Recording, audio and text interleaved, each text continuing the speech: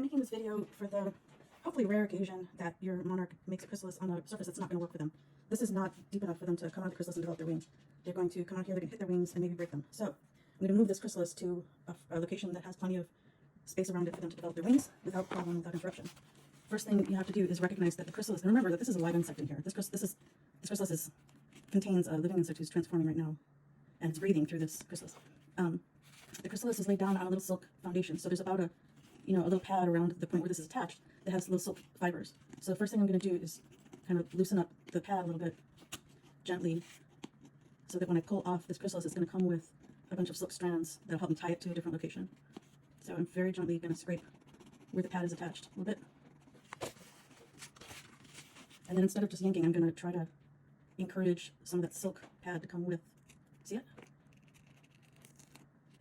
So what I'm really handling is the silk pad. If you handle that stem straight away, it can snap off and then it's screwed. But I got the silk, so that's good. This means that I can tie a piece of string to this silk pad and hang it in a better location. This next part is really tricky, I'm not going to lie. So what I'm going to do is pre-form a little knot in the thread. So all I have to do is lasso it and pull taut. So it makes it a lot easier than trying to tie it right then and there.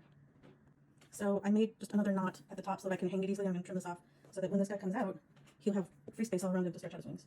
That's the reason I'm not going to use this green pad underneath live caterpillars, because they always seem to form a chrysalis right on the edge of this thing, which is not a viable location. But I laid it underneath there just enough to have, I could put a chrysalis above it, doesn't matter.